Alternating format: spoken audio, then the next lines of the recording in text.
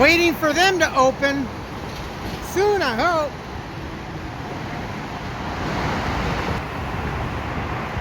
And you really can't tell, but we have a couple of fires over in that direction.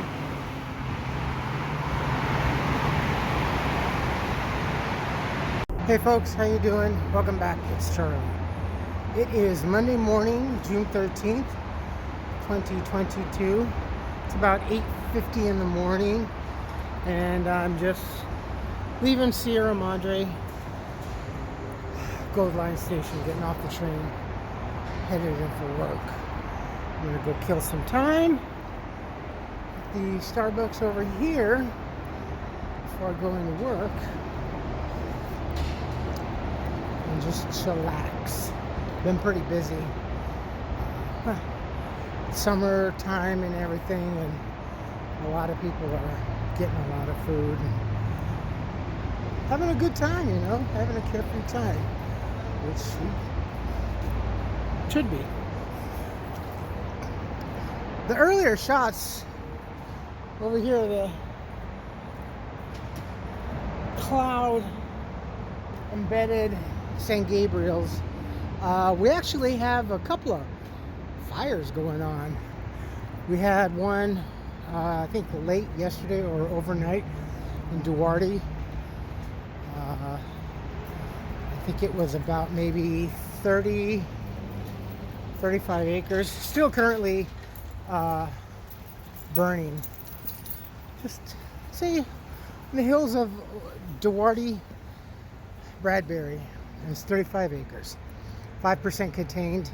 And then just not too far north of, close by in Wrightwood, we have 990 acres ablaze, and I think 20, give or take or so, percent of that is contained. So, you know, it really has just started to begin to get really super hot and everything.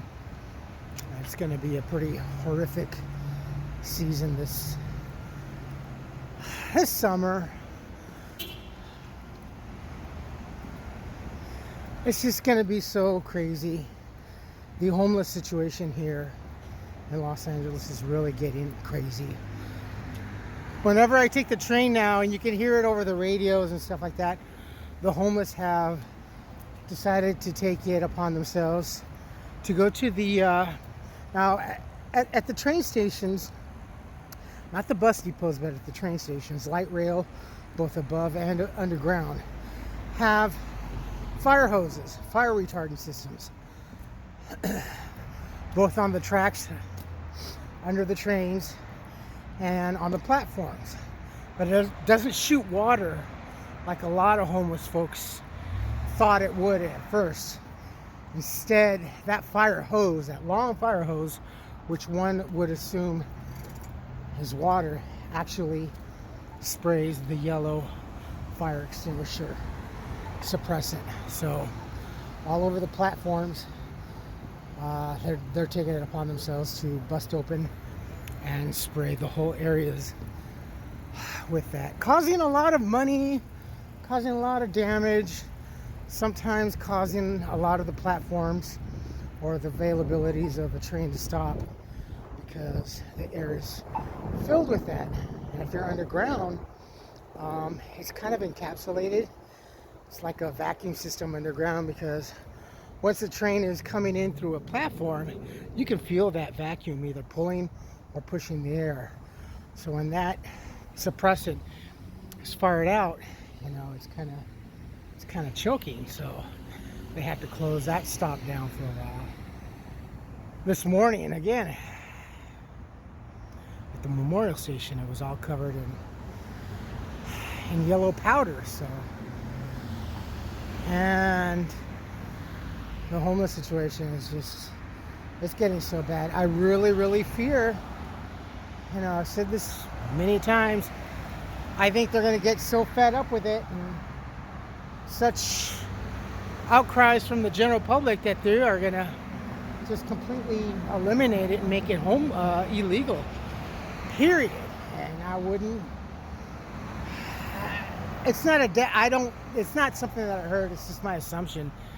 Just because with all the money that this state has taken and everything, very, very little to nothing has been done to get folks like this situation, this gentleman over here, to get them off anything, and people like me, and my other housemate. I've been, coming July, that's 5 years that I have been stuck in transitional housing. Again, I've said this many times, which is unheard of. Transitional housing is 60, 90, up to a max of a year, depending on availability of housing and property and such.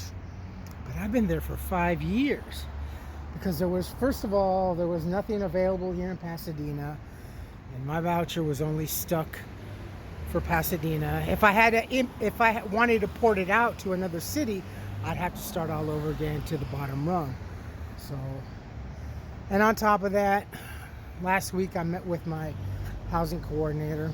Sad news, I was already told about this about a month ago by him, that he was leaving. From my understanding and what has been conveyed, and from what I've seen and heard, is Union Station Homeless Services is under scrutiny. They're kind of being investigated. A lot of first of all, these caseworkers, our housing caseworkers, they're overwhelmed. You thought teachers were overwhelmed? A person, one worker can have an average of anywhere between 15 to 30 clients. Now, when you're dealing with a teacher and children, that's okay. You can kind of more or less control them, even though the one teacher is overwhelmed. But when it comes to a housing caseworker,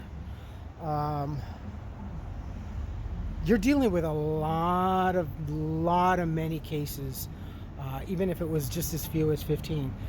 A lot of mental illness, and with a lot of people that don't want to do anything for themselves, so they rely on the case on the housing coordinator to do most of the work for them. So there's investigation, there's audits, both in the financial aspects of why so much money has come in and so little has been done, and the fact that a lot of people are still stuck in the mire, like me, like us. Carla's case, she's been dropped. She was dropped at the latter part of the last year because she never kept in communication with her housing coordinator, nor with Union Station. So her rent has been carried by the landlord, suffice to say. So there's something going in there, and it was conveyed to me, Charlie, that person is not going anywhere because of the issue that person is black, of color.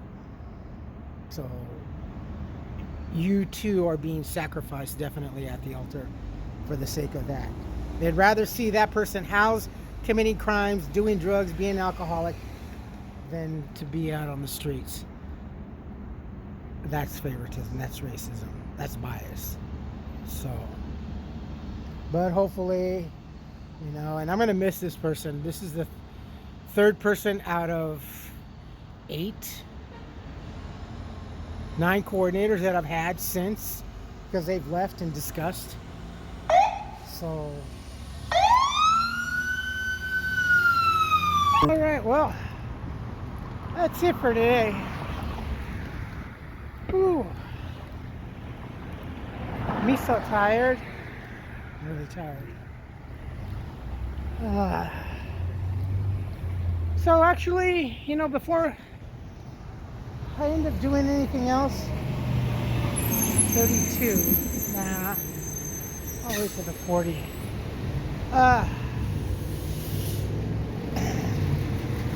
I should be concentrating more on this than getting the laptop. And I keep forgetting about it, honestly, because I haven't used it in such a long time. I'm talking about the scooter. So, having to replace the tire and everything. Hopefully sometime next week,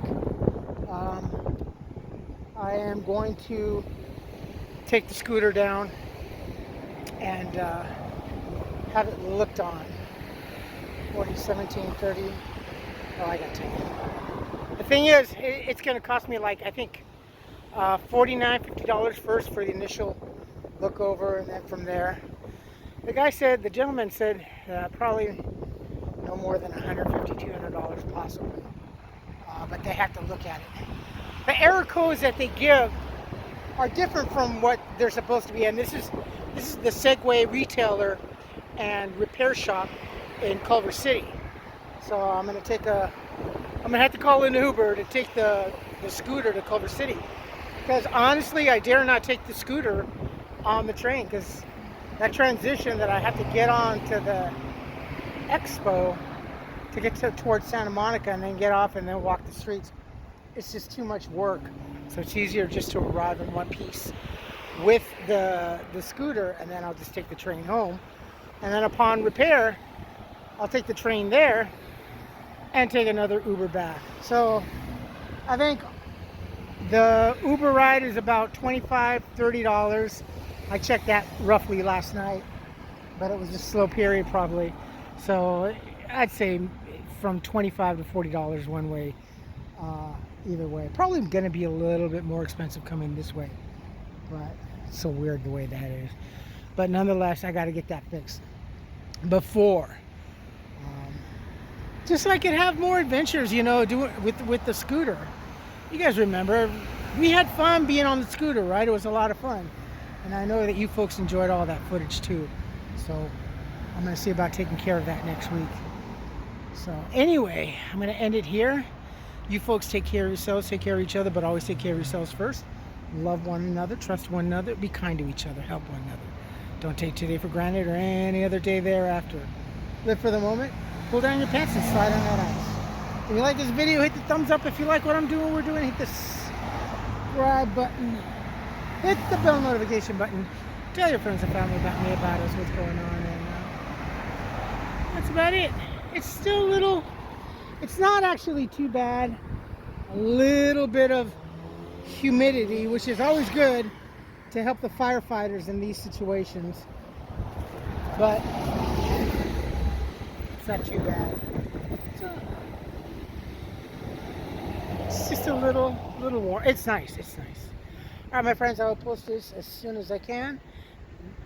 I don't know if tomorrow. I have to come into work tomorrow, but we'll see. I will post as soon as I can. Comments, good or bad, please post. If not, email. And take care of yourselves. Be smart. And above all, be kind.